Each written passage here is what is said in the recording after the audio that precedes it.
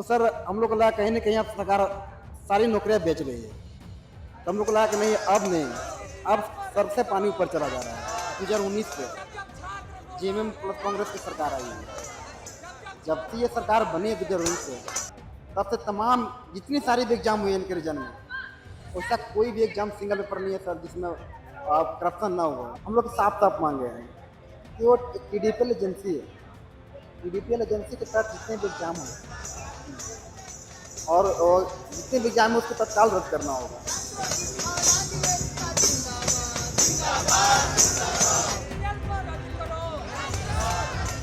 रुपेश जी, अगर आप बता सके, आप यहाँ पे हमें सब पता है कि क्यों हो, पर अगर आप बता सके कि क्या मजबूरी हुई कि इतने सारे लोगों को यहाँ पे इकट्ठा होना पड़ा। सर आज जो जेएसएससी और जेपीएससी की तरफ इतनी बड़ी जो धांधली हुई है एग्जाम में, जिसकी वजह से हम लोग से इतने छात्र जुटे हुए हैं।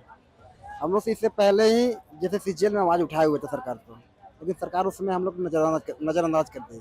आज जब जेपीएससी की मामला आया तो सर हम लोग को लगा कहीं ना कहीं अब सरकार सारी नौकरियां बेच रही है। तो हम लोग को लगा कि नहीं, अब नहीं, अब सर से पानी ऊपर चला जा रहा है। तो अब सरकार से मांग करनी होगी, क्योंकि हम लोग का अब अधिकार छीना जा रहा है। इस चलते हम लोग ने 10 दिन तक पीसफुल आराम से बैठ कर उस मंच पे पानी में बिंग कर रहे थे। तो पहले हम लोग के पास मंच भी नहीं था, ऐसे ही तिरपाल तान के पानी में बैठ के प्रोटेस्ट कर रहे थे, फिर भी सरकार नहीं सुनी। मजबूरन हम लोग के फाइनली लगा कि अब हम लोग सरकार को इतनी, जब हम लोग 10 दिन तक प्रोटेस्ट किए, सरकार आज तक हम लोग की नहीं सुनी। हम लोग लगा कि नहीं, अब जो लास्ट हथकंडा है भूख हड़ताल, वो अपना नहीं चाहिए।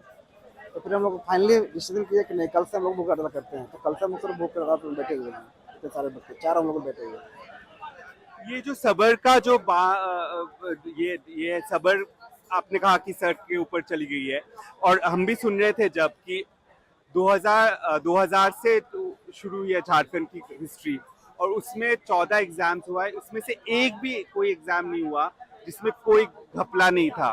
तो इतना अन्याय हो रहा है झारखंड के बच्चों के साथ इतने साल तक, पर ऐसा लगता है कि हम लोग नेशनल मीडिया में या फिर नेशनली लोगों को पता ही नहीं है। पर मुझे पता है कि आप लोग प्रोटेस्ट किए जा रहे हो, एवरी ईयर ही करते हो। जी जी, ये अभी 14 जेपीएससी सिर्फ नाम के है सर। एक्चुअली सच मायने में अगर देखा जाए तो ये 18 जेपीएससी है या 8वां जेपीएससी है, क्योंकि बीच में भी लैप्स किया गया है। 26 साल हो गए स्टेट के बने हुए सर। अगर सच देखा जाए तो आज 26वां जेपीएससी देना चाहिए था, बट अभी 14 जेपीएससी बोला जाता है, जबकि एक्चुअली 8वीं बार एग्जाम है।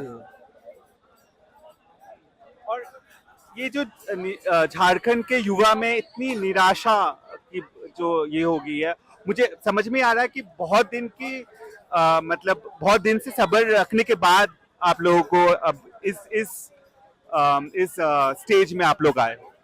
सर ये जब से 2019 से जेएमएम प्लस कांग्रेस की सरकार आई हुई है, जब से ये सरकार बनी है 2019 से, तब से तमाम जितनी सारी भी एग्जाम हुई है इनके रीजन में, उसका कोई भी एग्जाम सिंगल पेपर नहीं है सर जिसमें करप्शन ना हुआ, जिसमें पेपर लीक का मुद्दा ना उठा हो।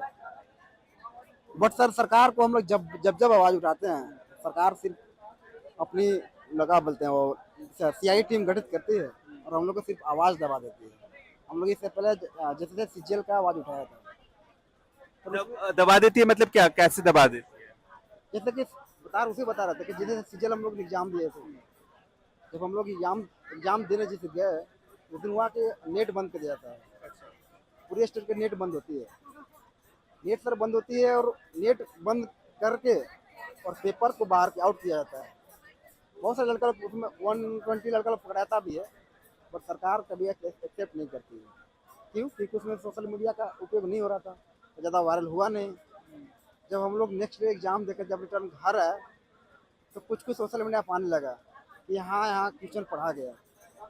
फिर हम लोग तथ्यों को जुटाने लगे, जांच को जब जब होने लगी, जब हम लोग सब अपने स्टूडेंट से, छात्र से जब पता चलने लगा, जब हम लोग आवाज़ उठाए, जैसे कार्यालय हम लोग जब पास गए, उन्होंने बोला कि नहीं, ये सिर्फ क्या बोलते कोचिंग माफिया द्वारा कुछ स्टूडेंट को पढ़ा लिखा कर भेजा गया है, जो कि अफवाहें हैं, जो कि धांधली नहीं हुई, से धांधली थी।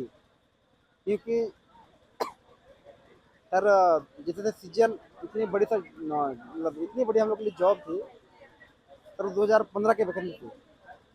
2015 से फॉर्म फिलअप हो रहे थे, फाइनली 2024 में इसका एग्जाम हुआ, फाइनली 2025, हाँ 2024 में। आप अपने स्ट्रगल के बारे में बताइए, आप कैसे परिवार से आते हो, घर में क्या कौन कौन है, आपको आपके लिए कितना तकलीफ, मतलब कितना स्ट्रगल करना पड़ा आपको? सर हम लोग किसान फैमिली से आते हैं, मेरे फादर किसान है जी। हम लोग कोई बड़े पैमाने पर बड़े घराने से आते नहीं, हम किसान हैं, हम लोग स्ट्रगल करते हैं। आज हमने 2017 से स्ट्रगल कर रहे हैं ऑलमोस्ट 10 साल से। जी। मैंने 2017-18 से 20 में बीएड भी किया हुआ है, बट सर बीएड किए हैं लेकिन आज तक सर जेटेट एग्जाम नहीं दिए हैं। झारखंड जेईई टेस्ट आज तक भी नहीं हुई है। 2016 के बाद 26 आ गए, 10 साल में नहीं हुआ अभी तक नहीं हुई है। सिर्फ यहाँ फॉर्म फिलअप होता है, कभी फॉर्म फिलअप होगा नियमावली रद्द, कभी नियमावली बनेगा तो कभी सिलेबस खत्म। मतलब सरकार को बस ये है आप फॉर्म फिलअप करो, इसका कोई लिमिट नहीं है कि आप एग्जाम लेंगे कि भी नहीं लेंगे। 2016 के बाद से 2026 आ गया, अभी तक एक बार भी जेटेट नहीं हुआ है। तो बताइए सर, हम लोग बीएड आकर 2018-20 में किए, आज 6 साल हो गए सर। आखिर हम लोग 6 साल से बैठे हुए हैं। अगर यहाँ पे जेबी टेस्ट होती, शिक्षक की बहाली आती, इससे पहले बहाली भी आए थे टीजीटी पीजीटी का, उसमें क्या हुआ, वही छात्र एलिजिबल है जो जेटेट क्वालिफाई है। सर हम लोग के क्या गुना है, हम लोग तो 18-20 में हम लोग बीएड कंप्लीट किए। अगर सरकार स्टेट लेती तो हम लोग भी एलिजिबल होते, और सरकार नहीं ली। अच्छा, अब ये बताइए, हेमंत सोरेन ने कहा कि से बात करना चाहते हैं, आप अगर उनसे बात हुई तो आप क्या क्या मांगे करेंगे? सर उनसे हम लोग साफ साफ मांगे हैं कि वो टीडीपीएल एजेंसी है, टीडीपीएल एजेंसी के तहत जितने भी एग्जाम हो और जितने भी एग्जाम है उसको तत्काल रद्द करना होगा। और दूसरी, टीडीपीएल का मार्केटिंग मैनेजर अभय तिवारी है, हाँ, अभय तिवारी, हाँ, वो अभी जेल में है। जेल में है अभी। वो खुद 12 एग्जाम क्वालिफाई किए हैं, जबकि वो खुद एग्जाम कंडक्ट करवाते हैं झारखंड में, जैसे सीजीएल हो या जेपीसी हो, और उन्हीं एग्जाम में खुद एग्जाम भी देते रहते हैं, और खुद उसमें टॉपर रैंक कराते हैं, सेकेंड टॉपर खुद तो रहते हैं, अपने घर के फैमिली मेंबर को भी लाते हैं। सोच सकते हैं कितने सारे बड़े पैमाने पर मिले हुए हैं। वही अभय तिवारी के बारे में जैसे सीजीएल में बात उठ रहे थे, लेकिन उस समय सरकार हम लोग को दबा दी थी। जब आज वो जेपीसी की बात है तो आज सब उजागर हुआ, आज वही सीआईडी। पर ये उजागर भी तो आई थिंक जंतर मंतर का प्रोटेस्ट के बाद ही हुआ है, अभी लाइक लोगों में ये अवेयरनेस आया है, इसीलिए फोकस आया आपका। हाँ ये बोल सकते हैं, पहले से हम लोग भी प्रोटेस्ट करते थे, लेकिन उतनी बड़े पैमाने जितना आज हुआ उतने बड़े पैमाने पर कभी नहीं हुआ था। आज तक कभी नेशनल मीडिया हम लोग कभी कवरेज ही नहीं की थी, लोकल मीडिया पे कवरेज करती थी, जो कि सरकार कभी इसको ध्यान नहीं देती थी। पर जब हम लोग ये प्रोटेस्ट स्टार्ट किए हैं, जब से नेशनल मीडिया आई है, आज सरकार भी दबाव में है। कल से सत्र चालू होने वाला है, अपोजिशन पार्टी भी हम लोग से मिली है, आए थे अपोजिशन पार्टी भी, गवर्नमेंट की पार्टी भी आई हुई थी। हाँ, ऑपोजिशन आई थी, फिर ये यूथ कांग्रेस के लोग भी आए। कांग्रेस के भी लोग आए हुए थे, उन्होंने बात बोला कि सरकार के पास लोग मांग उठाएंगे, मांग रखेंगे, वार्तालाप के लिए बात करते हैं। वो आज सरकार की तरफ से प्रतिनिधिमंडल बोले थे कि आज मिलने के लिए हम लोग डेलीगेशन टीम को बोले कि मिलने के लिए, बस सर हम लोग का फ्लैग मार्च था, जिसकी वजह से हम लोग नहीं मिल पाए। तो कल का डेट रखा गया है, हम लोग कोर कमेटी कल देखते हैं 5 बजे से टीम जाएगी मिलने। तो यही है कि मीडिया का फोकस रहे तो फिर कितना बड़ा चेंज आ सकता है एक प्रोटेस्ट में।